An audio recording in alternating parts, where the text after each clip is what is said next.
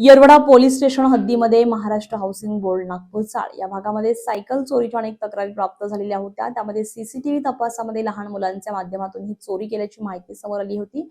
याबाबत तात्काळ कारवाई करण्याबाबत वरिष्ठांनी सूचना दिलेल्या होत्या।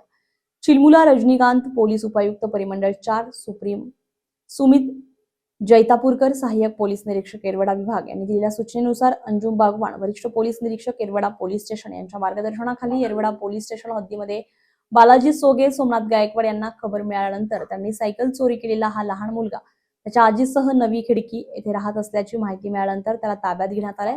सदर बालकाकडून 15 सायकली जप्त करण्यात आलेल्या आहेत। एकूण 1 लाख रुपयांचा मुद्देमाल जप्त करण्यात आलाय। तर सर्व पालकांनी याबाबत समाधान व्यक्त केलं असून सदरची कामगिरी अमितेश कुमार, पोलीस आयुक्त पुणे शहर रंजन कुमार शर्मा, पोलीस सहाय्यक मनोज पाटील, अप्पर पोलीस आयुक्त पुणे प्रादेशिक विभाग अंजुम बागवान, वरिष्ठ पोलीस निरीक्षक येरवडा कैलास दाबेराव, पोलीस निरीक्षक गुन्हे शाखा येरवडा यांच्या मार्गदर्शनाखाली तपास पथक प्रभारी अधिकारी पोलीस उपनिरीक्षक किशोर बेरड, पोलीस अंमलदार मुकुंद कोकणे, शैलेश वाबळे, संदीप जायभाई, साईनाथ म्हस्के, नटराज सुतार, बालाजी सोगे, गणेश पालवे, अनिल पन्हाळकर, सोमनाथ गायकवाड यांनी ही प्रभावी कामगिरी केली आहे। बोर्ड नागपूरचा येरवडा परिसरातली हद्द आहे। इथे रहिवासी लोकांची वस्ती आहेत। बरेच कुटुंब, त्यांची मुलं वगैरे सगळे तिथे राहतात आणि ह्या परिसरात पालकांनी लहान मुलांसाठी फिरण्यासाठी, शिकण्यासाठी गेलेल्या सायकल, क्लासला जाण्यासाठी, कॉलेजला, स्कूलला जाण्यासाठी गेलेल्या सायकल होत्या। या सायकल चोरीच्या घटनाची म्हणजे 1-2-3 महिन्यापासून वाढ झाली होती। त्यामुळे आपला नागपूरचा हाऊसिंग बोर्ड परिसरातले बीट मार्शल आणि तसंच आमचे डीबीचा स्टाफ त्या ठिकाणी बऱ्याच ठिकाणी पाळत ठेवून होता, लक्ष देऊन होतं। सीसीटीव्ही कॅमेरे बघत होतो। सीसीटीव्ही कॅमेऱ्यामध्ये 2-4 ठिकाणी एक लहान मुलगा ती सायकल चोरून जात असले दिसला। आमच्या लोकांनी त्याच्यावर ते वॉच ठेवले, त्याच्यावर ऑब्झर्व केल्यानंतर ते लहान मुलगा मिळाला। 14 वर्षाचा मुलगा आहे, ज्याचे पालक आई वाढलेले आहे, पालक कुठं तर वेगवेगळ्या गुन्ह्यामध्ये राहत आहेत आणि त्याला पैशाची गरज होती। पैसे घेऊन तो मौज मस्ती करणे, कुठं हॉटेलमध्ये खाणे, कुठं ते शेट घेणे, असं ते मित्रावर फिरण्यासाठी ते करत होता। आणि त्याला एक सायकल चोरल्यानंतर त्याच्या लक्षात आलं की आपला एक सायकल चोरली की 400-500 रुपये आपल्याला इझिली मिळतात। मग ते असा एक सायकल चोरली आणि विकताना तो असा गिरायकाला सांगायचा की मी गरीब आहे, माझी आई आजारी आहे, तिला हॉस्पिटलसाठी पैसे पाहिजेत आणि मी मला सायकल विकायचं आहे। मग लोकांना पण वाटायचं की आता खरोखर आहे, स्वस्त सायकल मिळते 500 रुपयाला, 700 रुपयाला, 800 रुपयाला, चांगल्या जवळजवळ ब्रँडेड सायकल आहेत, जवळजवळ 10,000, 12,000, 15,000 याची किमती त्याची चोरून घ्यायच्या। पालक यायचे, मुलं यायची सायकल मिळाले का विचारायला। त्यांच्या या भावनेचा विषय होता।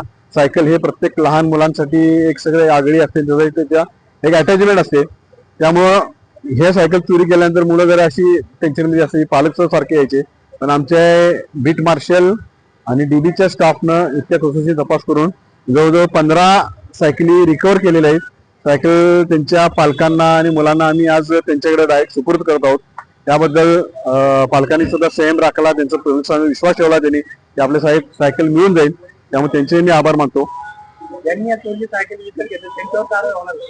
आता ज्यांनी सायकल विकल्या ते कुठल्या परिस्थितीत त्यांनी सायकली घेतल्या आणि कशात घेतल्या याचा आम्ही चौकशी करतो, तपास करून जर त्याच्यावर कारवाई पात्र असेल तर नक्कीच कारवाई करू।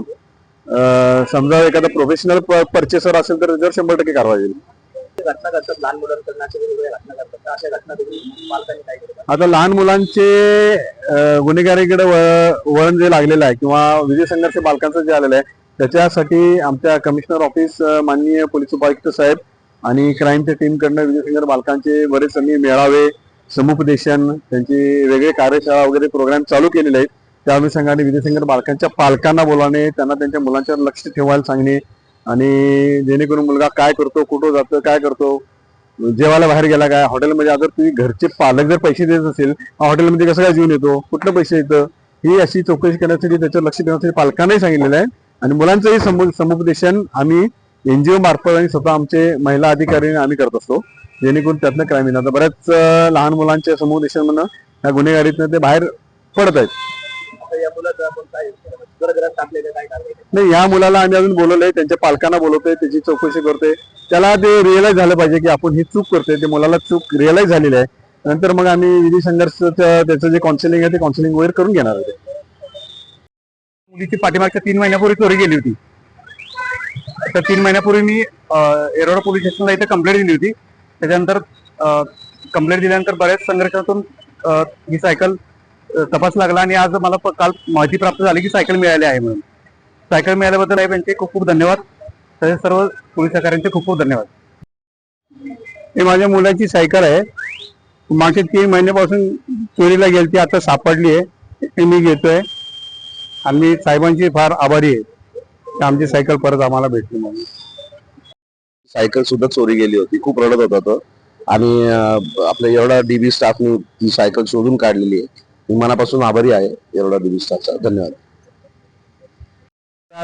हाऊसिंग बोर्ड परिसरातील लहान मुलांच्या शाळेत जाणाऱ्या लहान मुलांच्या सायकल चोरी गेल्याबाबतच्या घटना 15 ते 20 दिवसात घडल्याची माहिती येरवडा पोलीस स्टेशन येथे प्राप्त झाली होती. त्या अनुषंगाने डीबी पथकाचे अंमलदार तसेच बीट मार्शल यांच्या माहितीदारांकडून माहिती मिळाली की सदर सायकल चोर हा